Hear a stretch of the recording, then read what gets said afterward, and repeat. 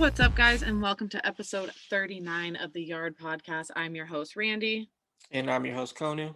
And we're supposed to be well, not us, but teams are supposed to be reporting to spring training in less than a month, based on years past, how they usually do it right around Valentine's Day.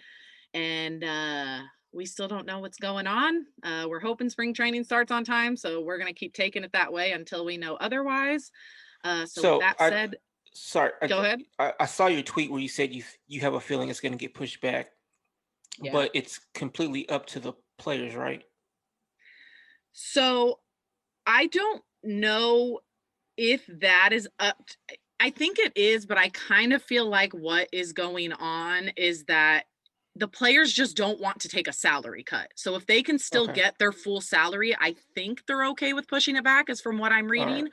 Okay. Um, I think it'll also help, I'd imagine, because some players are not going to want to take the vaccine. And if you can go, okay, well, another month will allow those who do want to get it can take it. I think it gives them the clearance. It'll allow MLB to say, hey, we can have fans, which means money won't be as big as an issue. If we push it back a month, we can allow more fans in that way because there'll be more vaccines. So I can't imagine the players care that much, because last year when we were doing this, the players were like, I don't care. We'll play through November. Just give us 162 games. Yeah. So I'm kind of thinking that's where it's going to go. It's Okay. just the fact that everything seems so like we don't know what's going on is why I feel like they're going to push it Yeah. back. The fact That's that we've fair. heard no reporter say, oh, well, pitchers and catchers are heading here doing this, like that's what makes me think it's going to be pushed back, is just the total uncertainty. I could be wrong. I know because I looked it up when they're supposed to be reporting, and on the website it showed that a lot of these teams were to be announced, and there's just a few teams who announced that they'll be reporting February 18th. Yeah. So yeah, like I don't know. I'm convinced it's going to get pushed back. It kind of seems like the smarter idea anyways. I mean, it's 30 days. If they can fit in the full 162 games, I don't see the reason in not doing it. I could understand the players a little hesitant on it because it would give them less time to prepare for the 2022 season. However, I think they would be willing to do that if it meant getting their full pay. So, I mean, let's be honest, we don't even know if we're going to have a damn DH. So I don't think anyone really has a true idea about what's going on right now. So we're just going to give it to you guys as if everything is still set on time until we are told otherwise. So we're going to jump into this because we have got a ton to talk about. First thing I have to touch on, unfortunately, about 30 minutes before we recorded this podcast, Don Sutton's son had tweeted on Twitter that Don Sutton had passed away Monday night. Obviously, another huge Dodger legend. It's a huge, huge bummer for the baseball world. Everyone loved Sutton. He was great in the game. Hell of a pitcher. As we all know, the Dodgers retired numbers of Hall of Famers. They retired his number 20 back in 1998. And in Dodgers history, he ranks first in wins, first in strikeouts, first in innings pitched, first in shutouts, and first in starts. So he was a legend in Dodgers history, and he will definitely be missed. And I am really don't like have to do this, but again, deepest condolences to the Sutton family. Everybody needs a break. We all need a break. Baseball fans, these poor families need a break. This has been a very rough last year. So um, it sucks. Now the Dodgers are going to have to do another memorial for another Dodger legend who passed, and it's just not the way 2021 needed to start. But to get into other news, this is positive news. Bellinger and Price participating in the Players Alliance Pull Up Neighborhood event. Talked a little bit about Mookie's been involved in that. We saw Kershaw and Kemp do it last week in Texas. I think, if I read correctly, which actually really bums me out, I think they had to cancel some of these because COVID got so bad in hotspot areas. So that's a huge bummer. The Players Alliance are doing so much right now for communities. They're handing out goods with to help with COVID. They're handing out baseball supplies to kids. This one was in Phoenix with Bellinger and Price. I think Price has a place out there. Otherwise, I don't know why else he'd be doing it in Phoenix, but I think he's out there. We all know Bellinger's from Arizona, so they were out there. Happy to see them doing that, and hopefully Players Alliance can get back up and running as soon as possible because they are doing fantastic. And we have another congratulations to give, this time to Kike and Mariana. They are welcoming the birth of their daughter, Penelope. Kike posted a picture. He actually posted it yesterday on Monday. She was born on Friday and said that January 15th, 2021 was the best day of his life. So congratulations to them. Dodgers had a big week in international signings. Last week, they signed 22 international players on International Signing Day. They signed 2 of the top international prospects, number 3 shortstop Will Diaz and number 8 catcher Jesus Galiz, who we talked about in the past. The Dodgers basically took him from the Yankees. Altogether, they signed 12 pitchers, 3 catchers, 4 infields, and 3 outfielders. I know you had, I think, a couple. Did you have a thing or two to say on the top prospects? You looked into them a bit, right? Just about Diaz and Galiz, yeah. So, like you mentioned, Diaz was the 3rd ranked overall prospect in this international pool. He was actually the number 1 ranked shortstop. He's 6'2". He just turned 17 in November. A scout says he has shown the ability to be a plus hitter. He's got great bat speed, and he's advanced for his age in recognizing pitches, so that's always good. He's good at driving the ball to the other way. He's naturally gifted. He's got really good instincts, so he should be able to stick around at shortstop despite being a little bigger. He also has a really strong arm. He's seen as a 5-tool player, so I'm excited to see him come up through the minors. Jesus Galiz was 8th overall ranked international prospect and the number 1 catcher. So he wanted to be the next Gleyber Torres because he played the middle infield, but then he moved to catcher a few years ago, and he's used his athleticism, strong arm, and his middle infield instincts to be the number 1 ranked catcher. He projects to be really good defensively. On offense, he has a short, compact swing that can drive the ball to all fields. His approach in the box has been said that he emulates Gleyber Torres because that's his role model. He's actually a pretty good runner, especially for a catcher. So after reading all the scouting reports, to me, it seems like if he reached his full potential, he would resemble someone like a JT Realmuto, who's good at hitting, good defensively, and has pretty good speed for a catcher. The Dodgers signed a top international prospect who is a catcher. You don't say. I swear it's Again, like right? Ruiz, Ruiz, Cartaya. Cartaya. Now this guy, like, it just does not stop. Hey, you can never go wrong, especially with a very good defensive catcher. We've talked about that a lot on this podcast since the World Series and how important defensive catchers are. So hey, good for the Dodgers. Keep getting it. Never stop. I love when this team is constantly doing stuff, especially in these boring off seasons.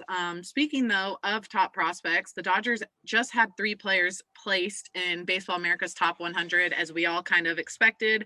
Kyber Ruiz coming in at 53, Josiah Gray made it at 68, and then Michael Busch made it into Baseball America's top 100 prospects list for the first time. I know you're a big advocate for him. You've talked about him. You're excited for him. You want to see him play.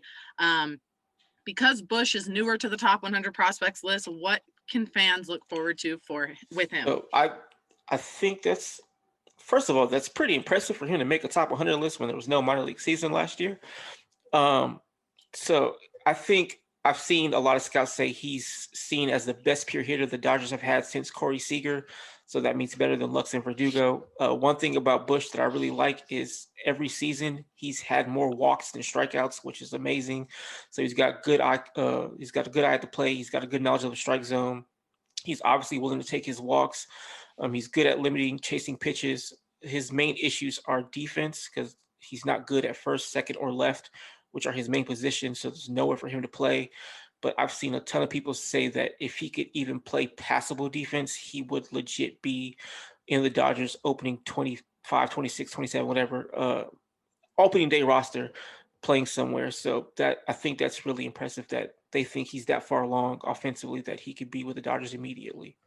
Yeah, I'm excited for him. I believe he was our number 4 prospect last year, according to MLB Pipeline. So good news there for him. Congratulations to him making it into that list. It is always a big deal. I saw Fangraphs post a video on YouTube breaking down his swing and his approach at the plate. And yeah, it was fantastic.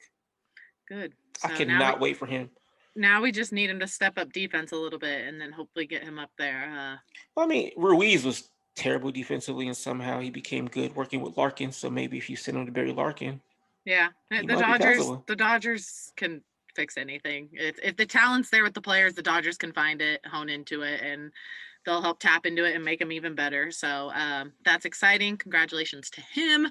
Last week, we also dealt with the arbitration deadline. For those of you that don't know what arbitration is, it's It's very confusing for the most part, but the easiest way for me to put it is when a player has more than 3 years of service time, but less than 6, a player becomes eligible for arbitration. They negotiate with teams on how much they want. If they come to an agreement, fantastic. There's their contract for the upcoming season. It is usually just a 1-year deal set on a certain amount of money based on the average of the players that player is like. It is a very weird process. I don't know a ton about it when it comes to how they figure out the money. It's very complicated. Um, Players usually get 3 to 4 years of arbitration before hitting free agency. So, with that said, the Dodgers avoided arbitration with Corey Knebel agreeing on a $5.25 million deal.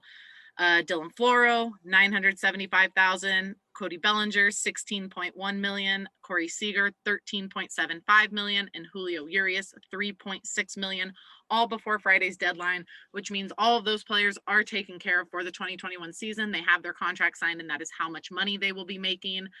Then there's the other side of it. If they don't avoid arbitration, which means the player and the team do not agree on what that player thinks they can be made. And unfortunately, we have hit that situation with Walker Buehler and Austin Barnes. However, it's not the end of the world. The team and the player will swap numbers, and they'll head to an arbitration hearing where they will try to prove. The biggest issue with arbitrations is you don't want to go to a hearing because the team basically tells the player why they don't deserve that type of money. I tweeted something the other day and I said, if I'm the Dodgers, the last player I want to take to arbitration is Buehler, because you don't want to piss off your future ace, or I don't even want to say future ace. We all know who he is, where he's at now, but like, that's going to be his rotation when Kershaw is gone. You don't want to piss him off. You want to keep him happy. And last thing you want to do is go to court and go to a hearing and say, hey, Buehler, you don't deserve this because you're not good at this. And unfortunately, that's how arbitration hearings work a lot of times. It does not go well. Trevor Bauer actually talked about this when he went to arbitration and how rough of a process it is. Joe Kelly did as well. Yeah. So I had a lot of people tell me I had no idea how arbitration works. I'm sorry to break it to you. Your favorite team will tell your favorite players that they are not good enough and don't deserve enough money if it means them saving money. So that is how that process works. However, on the flip side, that is not the only thing that can happen. They can try to sign a multi-year contract with the player, which is actually what we saw with Muncy and Taylor last year. So if the Dodgers want to either try and extend Barnes an extra year or lock him in at a certain dollar amount. Same thing with Buehler.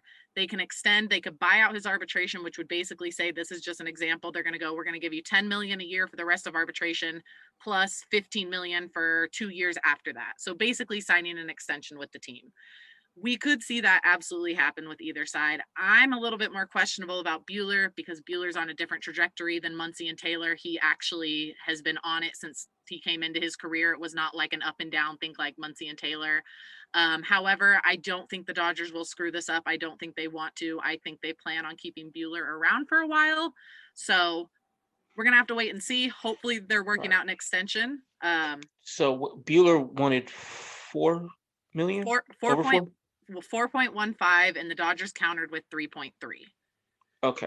So, I mean, obviously Buehler's worth that money, but like you mentioned, teams routinely do this. I think Buehler knows it's just business.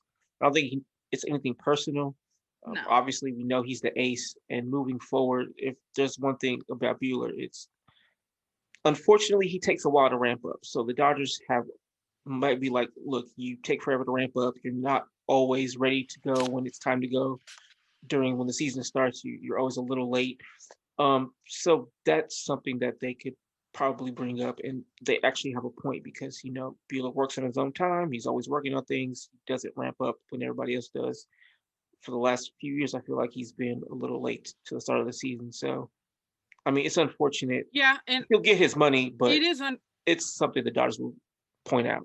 Yeah, it's unfortunate, but I feel like what people don't understand is it's part of the process. There's a ton of people that are like, why did they give Urias this, but Buehler not that? Well, the thing is Urias was Super 2 eligible, which means this is technically his first year of arbitration, but really his second because of the way his service time played out. So Urias has already gone through this process, which is why he's getting more money. The longer you're in arbitration, the more money you have. Teams rarely give you less than what you had that year before.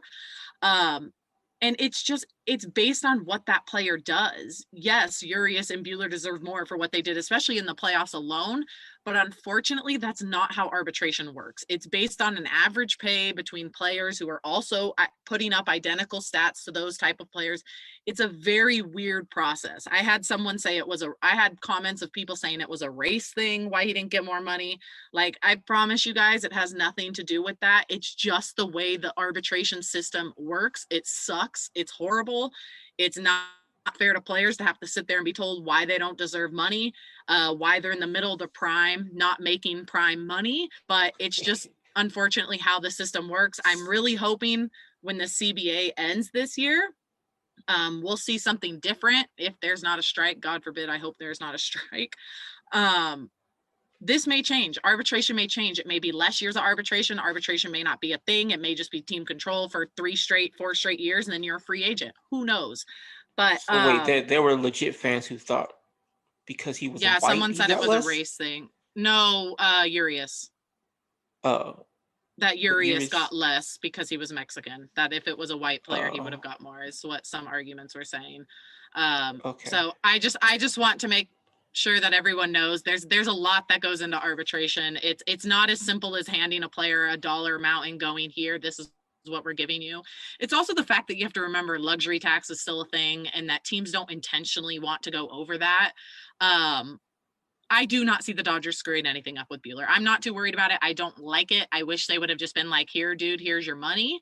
But I don't see them screwing it up. So I'm not stressing too much about it. Arbitration is weird. It's complicated. The Dodgers went into it last year with Jock and Pedro Baez, I believe. And I think Pedro Baez won and Jock Peterson lost. All I hope is if they do go to court, or go to a hearing, I hope that Buehler and Barnes do not lose, because I feel like that is not a good relationship to have with the team. I could care less if the team lose; they can spend their money. I just don't want to see the player have any negative kind of feelings towards a team for having to hear some type of bullshit in a hearing about why he doesn't deserve that type of money. That's always my biggest concern, is the relationships in it, not the money, because Buehler's going to get paid. Like, let's be Yeah. real, Buehler's going to get the bag, so I'm not too concerned about him. But I don't want to stick too long onto that because we still got plenty to go over. You yesterday wrote a piece after Mark Feinstein came out and said the Dodgers were showing interest in Jeremy Jeffress. You wrote a little bit of that. You can check it out on DodgerYard.com. Really quickly, they are among at least 9 other teams interested in Jeffress. He had a 1.54 ERA in 2020 over 23 innings with the Cubs. It's a career 3.08 ERA, and he posted a 1.29 ERA in 2018 with the Brewers and was an all-star. He sucked in 2019. But he's not a horrible option. I saw a lot of Dodger fans not happy with it. I think a lot of that stems from the 2018 playoffs, especially when he made that comment to Justin Turner Yeah. that he got lucky. But I know you've probably looked into it, so Yeah. I'm going to let you So explain that side. also another thing with the fans not being happy about it, I think, or being disappointed, I think it has to do with hearing from Yates and Hand, who are like legit Yeah. late inning relievers, to Jeffress, who's more of a middle relief option. Yeah. Like, he's not bad by any stretch of the imagination, but he But you go isn't from, a hey, late inning Liam reliever. Hendricks, Yeah. Kirby Yeah. Yates to Brad Hand, and then who the hell, like, I'm not going to pretend, like, Right. he's not a name casual baseball fans are going to know. Even, like, normal baseball fans might not know who he is, but he's not a bad option by any means. And again, he's not going to be a late inning option like Yates, Hand, or Hendricks, but he's going to be a middle relief option. They're important as well. Like you mentioned, he was dominant in 2018. He was really good in 2020. Didn't have a good 2019. The Dodgers have options at late inning relievers. They have Trinan, Knebel, Jansen. If you want to stretch it, maybe Gratterall, but the middle innings could be handled by Kelly Gonzalez, Alexander Kolarek, maybe Morrow, Nelson, possibly Jeffress if he signed. So there is definitely a role for him here. He's not great, but he's not bad either. I don't know if he's necessary, to be honest. I think maybe just go for Hand or Yates, who could help the late innings, but I don't think he'd be a bad option either. Yeah, not a bad option. Not really where I'm sitting at the top of my list when Yates and Hand are still out there, but if they could pull off Hands or Yates, I would be pretty set on the bullpen. We're still worried about third base and that right-handed bat, which actually brings us into the next person. According to Ken Rosenthal, the Dodgers are showing interest in Marcus Semien. Ironically enough, about a month ago, I think it was, you wrote an article about Simeon and if the Dodgers should be interested in him.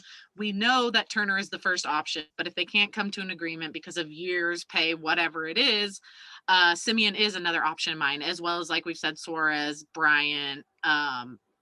Arenado seems to be very far-fetched at this point, even though Jim Bowden swore he'd be a Dodger by Christmas.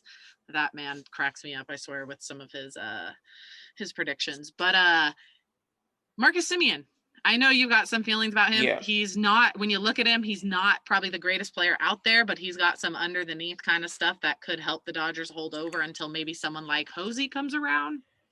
Yeah. So the thing with Simeon is he's only had one good year, which was 2019.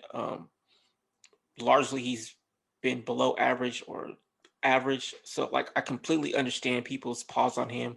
Turner's obviously the better option. The reason I'm open to him was the fact that his hard hit rate has been pretty steady from 2014 to 2019. Obviously, 2020 was a bad year, but from then his hard hit rate was pretty steady. He's really good at not chasing pitches. There was a big deal. I think Joe Davis made the point that Will Smith's chase rate was pretty high last year, and then this year was actually really good. And obviously, it helped Will Smith because he's a really good offensive catcher. So that's something that I like with Simeon because his chase rate is down, steadily down. His strikeout rate's declining. His walk rate is slowly climbing. So there's some decent peripherals for Simeon.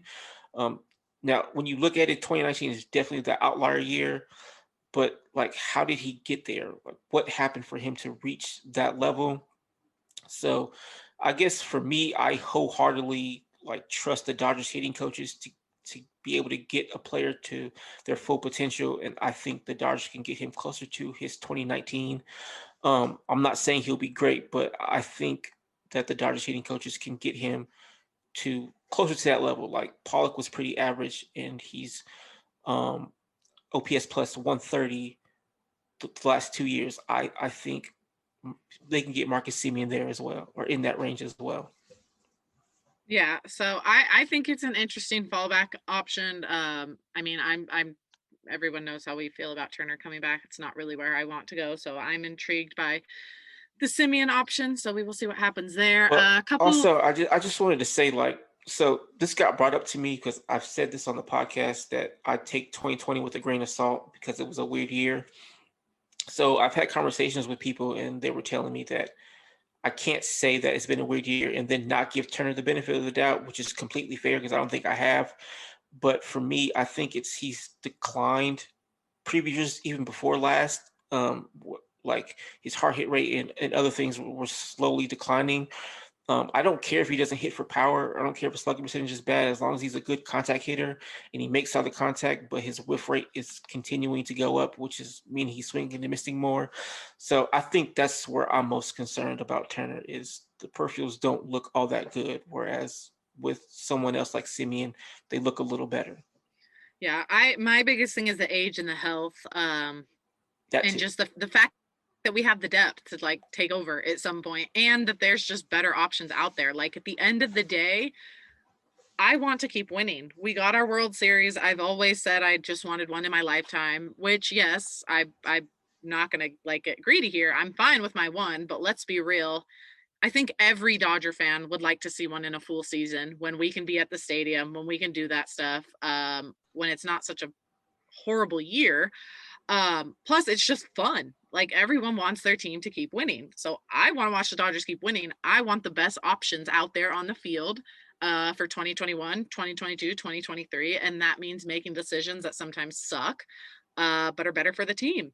So with that said, on to a couple other former Dodger players, couple free agent pitchers signed. Pedro Baez signed a 2-year contract with the Astros last week worth $10.5 million, has a chance to make $11 million with inning pitch escalators. He has a club option for 2023 at $7.5 million or $2 million buyout. As you can tell, it's hard for me to speak much enthusiasm with this because it's the Astros. It kind of sucks seeing a player who was especially on that 2017 team willingly go to the Astros. At the end of the day, I'm sure after they won their ring, our frustration with the Astros might be a little bit higher than the players are. I'm sure for them, it's easier for them to move on from stuff like this. At the end of the day, he's got to take care of himself, his family. He's got to get his money, and he most certainly did that. A lot of fans feel like he's a traitor. I get it. It sucks. It felt like a big sting. We also treated Pedro Baez like shit over the years. So I Yeah, I like can't you guys were booing him off the I field for can't like 3 straight years. blame the man for wanting to get the money. Not to mention, at the end of the day, the guy has a 3.03 ERA over 7 years with the Dodgers. He was never bad, anything like that. He deserved more respect from the fan base than he got. He dealt with all of our bullshit, never complained, and never went on to the media and Well, bitched to about be the fair, fan he base. imploded at the wrong times. He did. He did. And this is another interesting conversation to have, which we don't really have to get into, but just to keep in the back of everyone's mind is you do have to keep in mind that Roberts and Mattingly did not do a great job setting him up for success. The fan base could have told you he is not a high leverage pitcher, yet they kept putting him in high leverage situations. At the end of the day, it's your job, get it done. But at the same time, you also expect the managers to be a little bit more choicey with when they put guys in. With that being said, as long as everything stands, the Dodgers are supposed to face the Astros this season. Quick note on Baez. He was not on the 2017 World Series roster. So that's true. That is true. That was that year. It takes a little sting out of it, but yeah. That was that year that was a little weird for him on the playoff rosters. That's right. That was when they traded for like 5 relievers at the deadline. Yeah, Baez, let's be honest, Baez also probably seems like the least problematic player who doesn't give a shit. Like, he just wants to go out there and play baseball. I feel like he did that well as a Dodger. He just did his thing. No disrespect to him. I am happy not to watch him take 25 minutes to get a 1-2-3 inning. Oh, the Astros. I think it was their GM. As much as I hate to give that team credit, that shit was so funny. It was funny. He came out and someone asked him a question about like Pedro Baez taking forever. And he said, no, it's fine. We're going to pitch him in the 7th inning so fans have more time to get beer instead of them shutting it down so quickly. So, you know what? Fuck the Astros, but I thought that was funny. I'll give them that. That was fantastic. So good luck to you, PD, except for May 25th and May 26th. And August 3rd and August 4th, the Dodgers will be facing the Astros. Again, the schedule might change. Play them again. Yeah, the AL West. Dodgers play the AL West this year, so we'll be seeing the Angels, Astros, Rangers, Mariners. Rangers, Mariners. Rangers, Mariners, Astros. Angels. I can't do math right now. I think Oakland. The A's. Yeah. Oakland. The A's. Jeez Louise. Wow, that was rough. So yeah, we'll be facing the AL West this year. Houston we're supposed to go to Houston May 25th and May 26th. Big reason why I kind of want it to get pushed back is because I'd love as many Dodger fans to be able to be there as possible so people can get their vaccines and load up and head to Houston.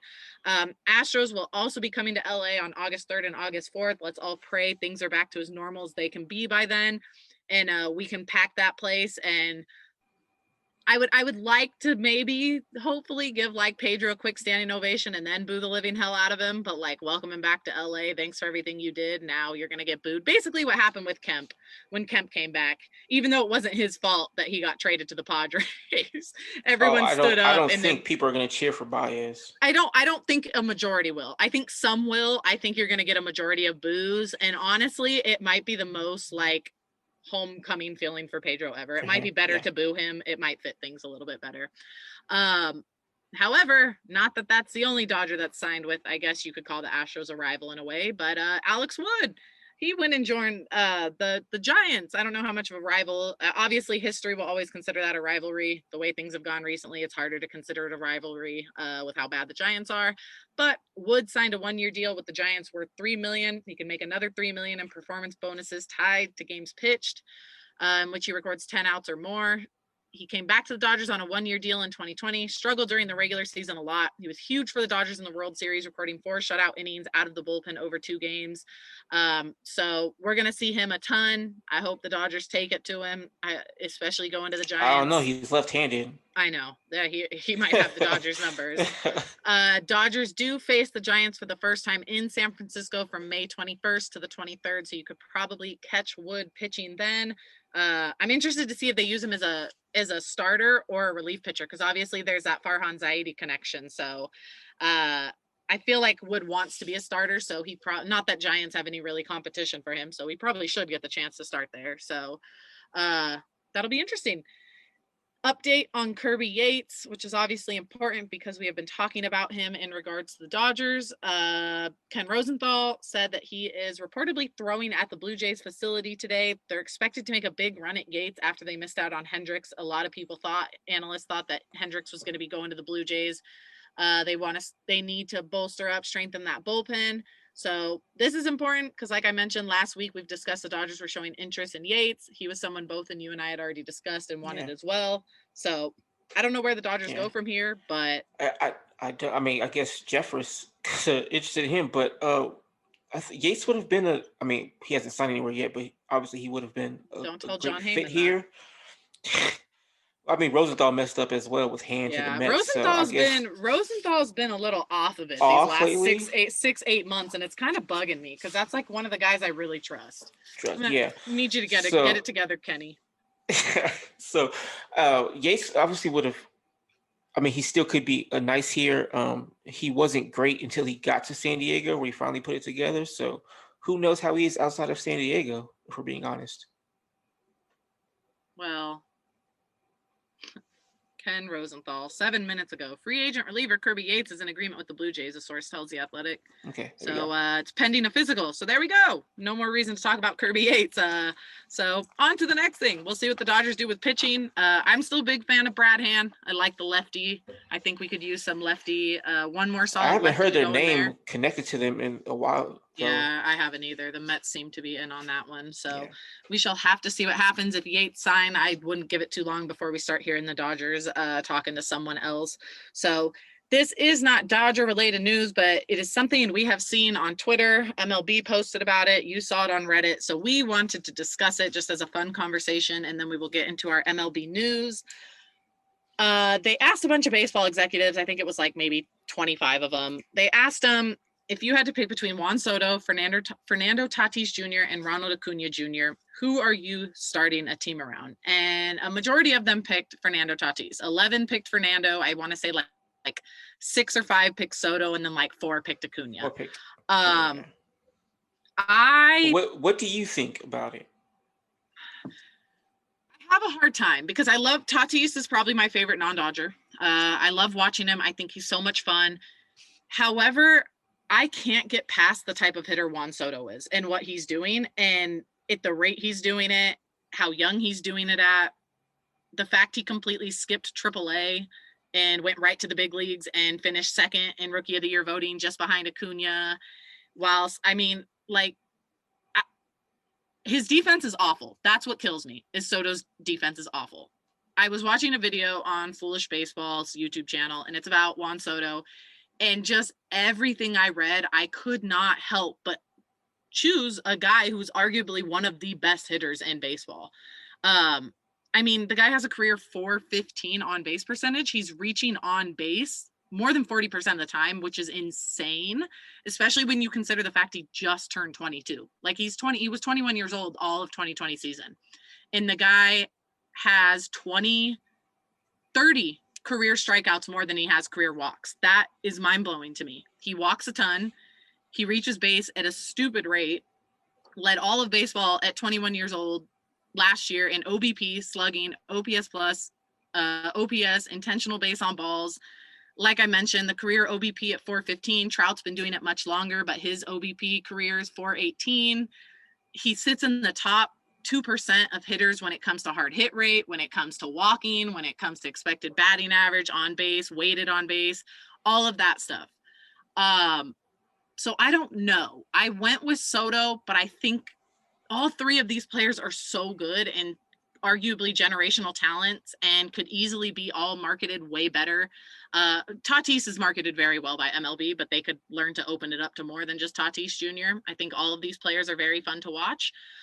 So I had to go with Juan Soto, but I couldn't do it with 100% certainty with Tatis Jr. kind of right there behind him, because I just think he's all around an incredible baseball player. He does it all. Base running, defense. Defense has gotten better. He was not very good defensively when he first came up. So I had to go with Juan Soto because the hitting is insane and it's not much like we really see. He's the only player in history since 1947, by the way, to have 500 plate appearances with 400 OBP or higher. So through his age 20 season. So I just have a hard time looking past that. I have a feeling you're going to go differently, so I'll let you go there. But yeah, I went with Soto, even though it was not a runaway decision. So I just want to say I absolutely love Soto, especially when he takes that close pitch and then he stares down the pitcher and kind of rocks back and forth. Love that shit. Fire to me. So when I saw I saw it on Reddit and then a lot of fans picking Soto and I was like, oh shit, okay. That was a little surprising to me. Like I know he's by far the better hitter than those two, especially at all the things you had listed. He's absolutely elite at all of that. My thing is the other two, they're not elite at it, but they're still really good at it. And like you mentioned, Sutto's not good defensively. The other two actually are good defensively. They're definitely better runners. I mean, Acuna Jr., just not last year, but the season before last, he almost put up a 40-40 season. That's right. So to me, they're just better overall players than Soto is. If it's, you have to pick one person to get on base or it's the bottom of the ninth inning, you pinch hit for one person, who's that player? Obviously, it's Soto.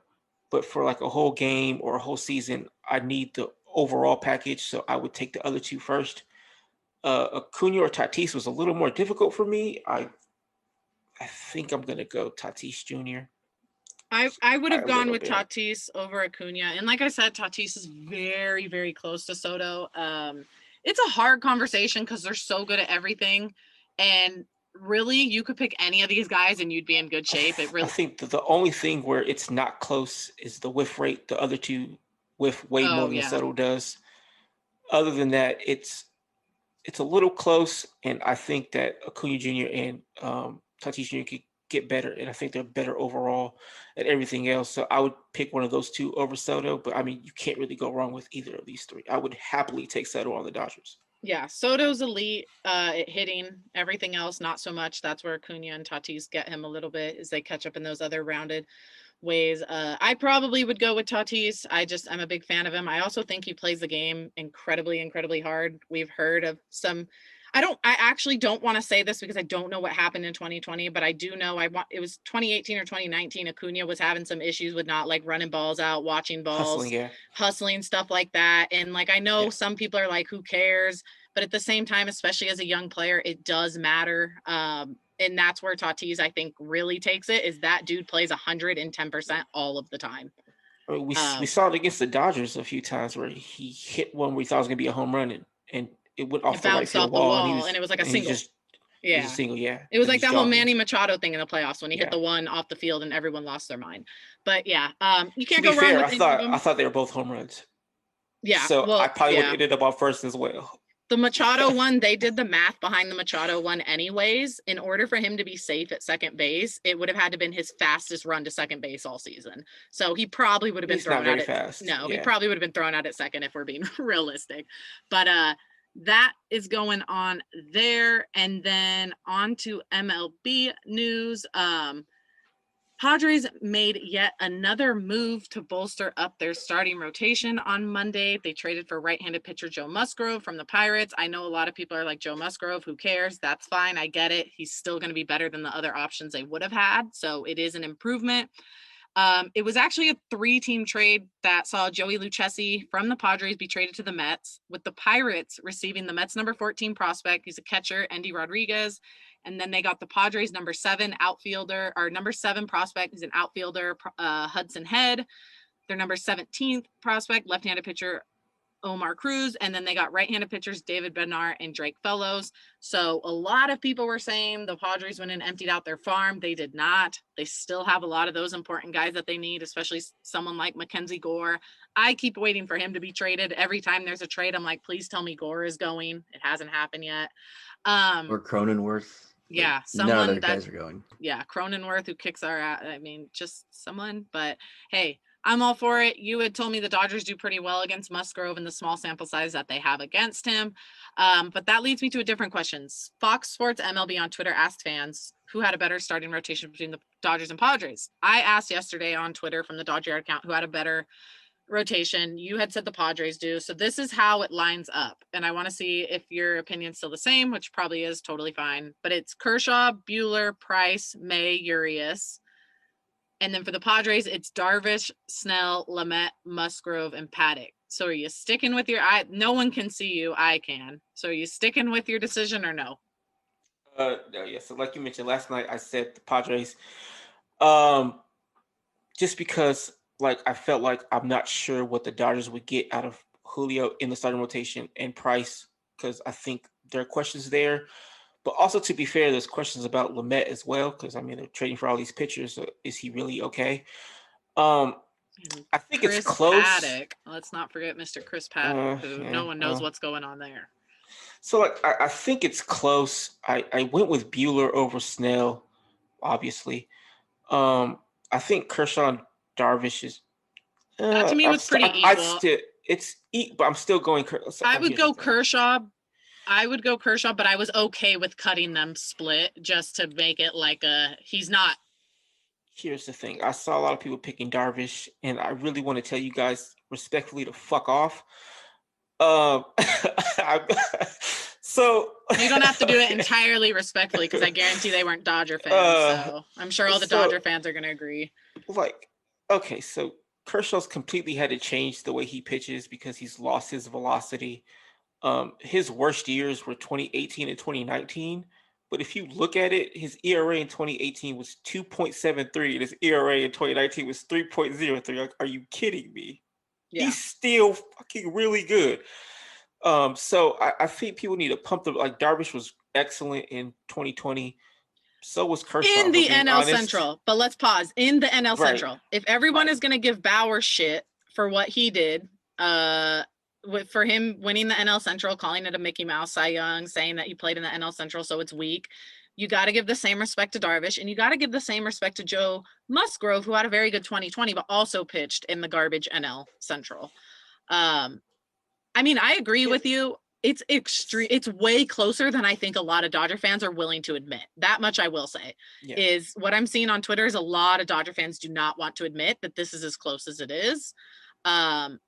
I would give Kershaw the edge. Buehler and Snell is way closer to me. I think that might be the closest on the list because we saw Snell show up in October. Usually you could have that Buehler argument that nobody's going to do what Buehler does in the playoffs, but Snell looked pretty damn good.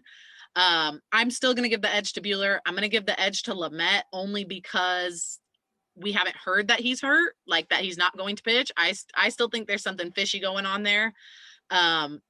Musgrove, I mean, May's not really established. I'm still taking May over Musgrove. And then Urias, I'm taking. Oh, wait, so the graphic had them. The graphic had May up against Musgrove. Yeah. Oh, okay. So, yeah, see, I broke mine completely different. I had I had Musgrove and Urias, which I think is a wash for now because I just don't know about Urias. We don't know. Yeah, what we're gonna get. I had May over Paddock because, especially if it's going against each other, then Paddock is ass against the Dodgers. So, yeah, May easily. So I did change. I gave the slight edge to the Dodgers.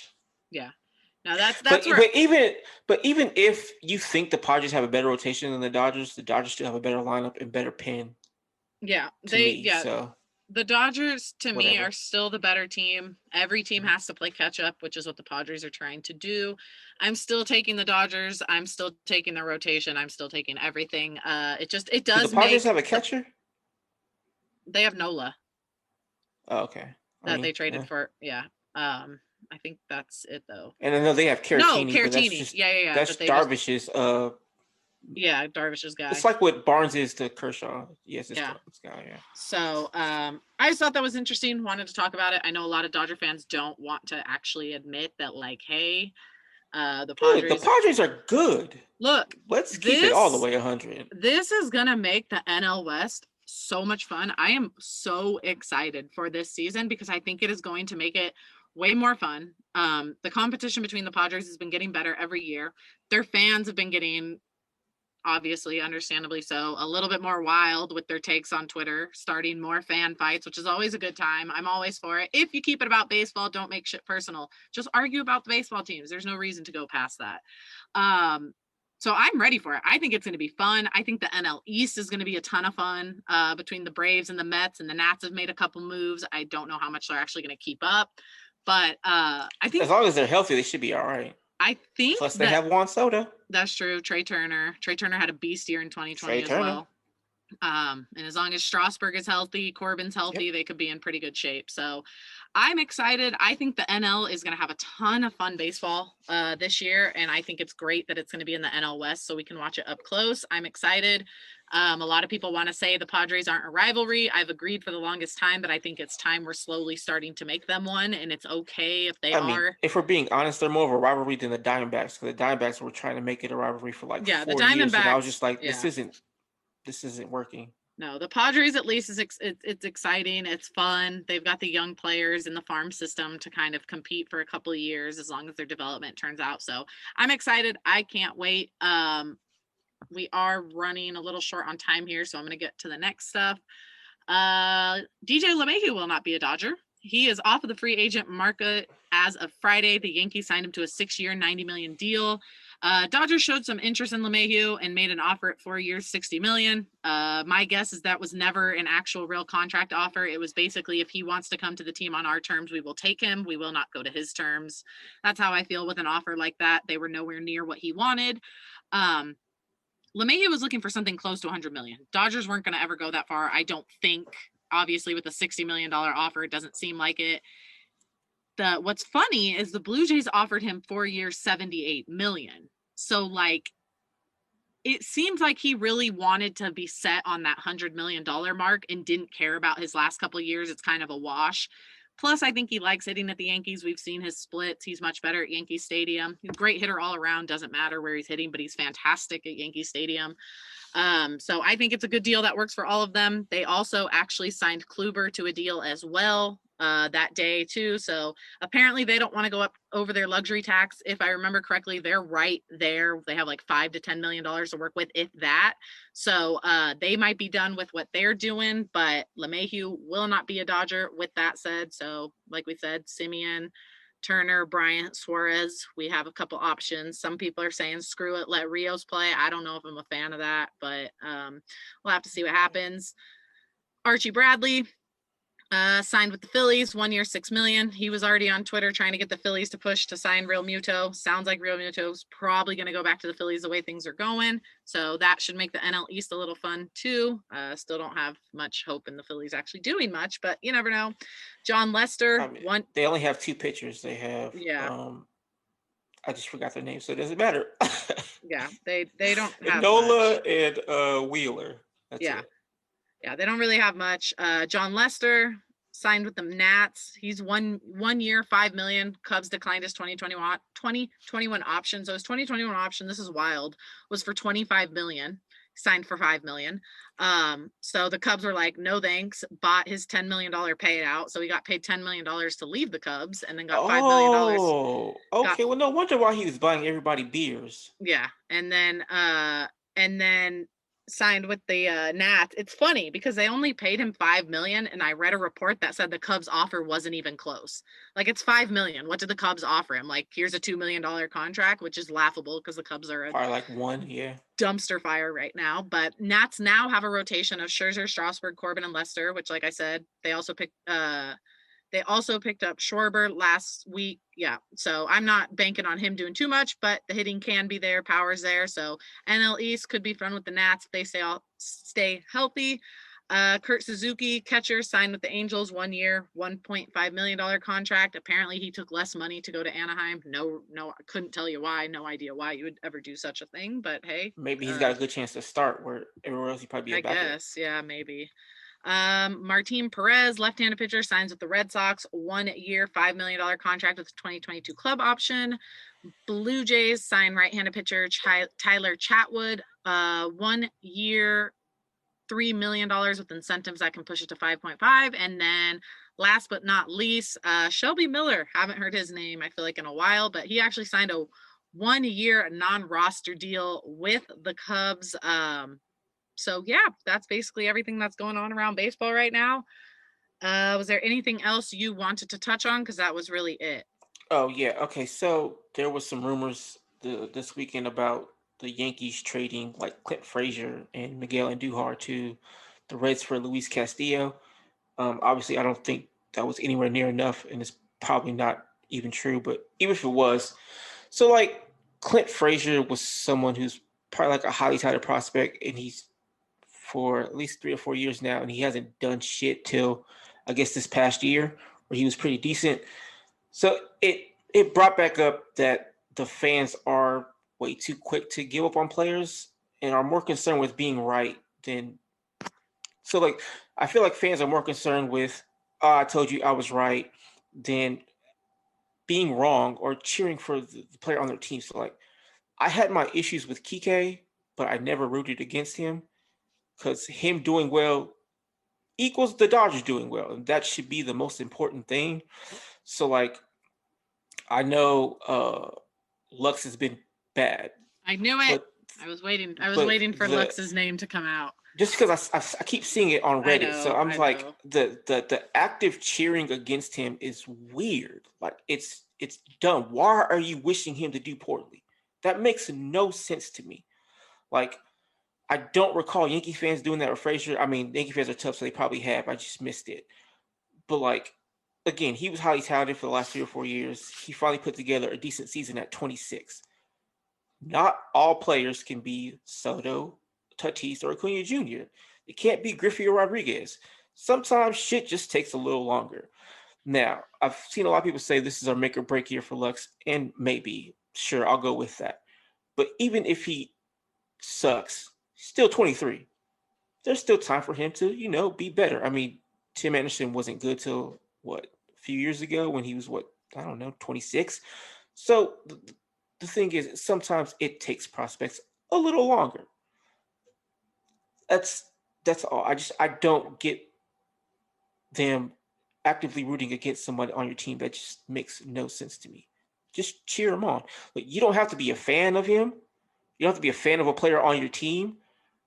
But unless they do something that's unforgivable, like if they beat a woman or whatever the case may be, then sure, I get not cheering for them. But if they haven't done anything wrong, I don't see why you're not rooting for him to do well. That means the team's doing well.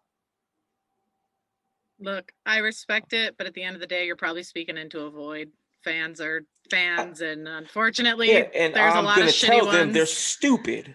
and there's a lot of good ones. But yeah, I think that baseball has gotten so young that we hate 30-year-olds now. We hate anyone over the age of 30.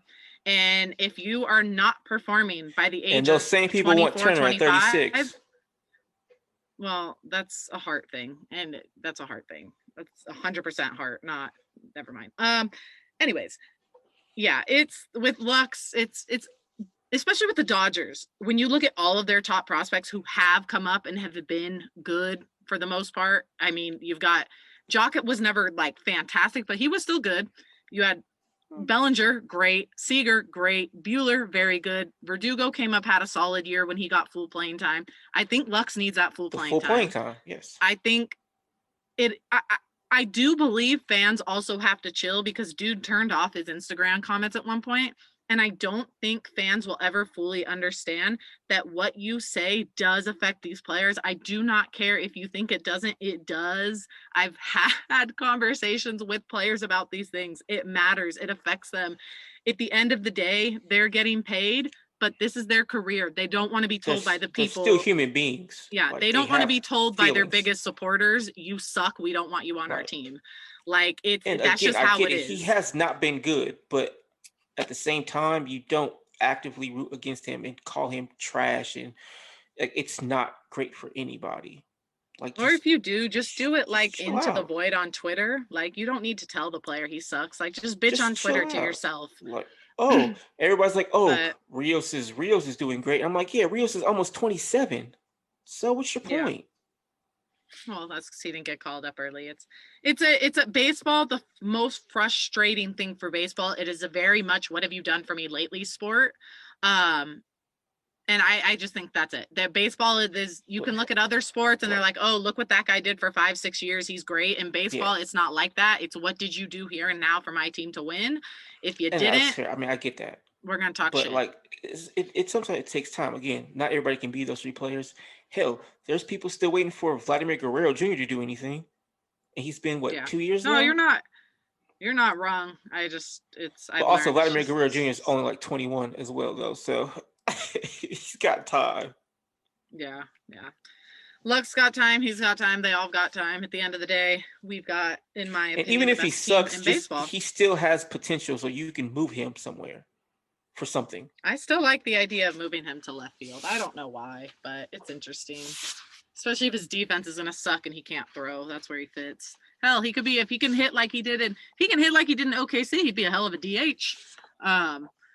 So yeah. But the thing is, he can play defense. He just can't throw for whatever. I will reason. say, and I mean this, I'm not like being sarcastic, but I will say I respect your luck standing, because you do quite a bit of defending him on this podcast. So I respect it. Hey, I would do the same thing for May. I would do the same thing for Gray when he comes up. The thing is, May's kind of performed, so they've backed off of it, because I was seeing it with him too, and I was just like, what the hell is going on? You guys are weird. But yeah, since he came out last year and did pretty well, they've backed off on it. But I will battle for any young person, because I mean, guys, it takes time. Yep. Not an easy sport, hardest sport in my opinion. Trying to hit a small ass ball with a small ass round bat. The round bat part always gets me. It's insane. And it's a thinking game too. Like, guys, it's the most mental game there is. So it's an incredible sport. It's a hell of a sport, very hard sport. So if you're going to talk your shit, all I ask is you just don't do it to the players. They don't need it. Just bitch into your void on Twitter. I give Will Smith shit too, but he's still damn good. He just needs to work on his calling. That's all. You know what all I'm going to say? And we're going to have to end it on this because we're going over. They're all professional athletes while we're sitting our ass at home watching them. So technically, who's the real winner here? Not us. But with that said, as always, we appreciate you guys listening and tuning in, commenting, Twitter, wherever it is. If you guys have any questions, please feel free to let us know. You can follow us on Twitter, Instagram, YouTube, TikTok, Facebook at Dodger Yard. You can find me at Randy_Radcliffe on Instagram and Twitter. You can go to allmylinks.com/Konu, KONU, and you can find all my stuff there. I have links to Dodger Yard for me and the podcast, and then all my social medias on there. Yeah, make sure you guys check out the site. As always, it's a free open forum. We want everyone to write, share your opinions on there. It's kind of trying to help get a place just for Dodger fans to escape that hell site that is Twitter, where you get stuck talking to everyone else. So if you got any thoughts to share, throw them up on the website, post it on Twitter, tag us, we'll share it. Other than that, we hope you guys have a good rest of your morning, night, afternoon. Let's hope a month from now we are talking spring training baseball, and we will catch you guys next week. Bye, guys. See you later, guys.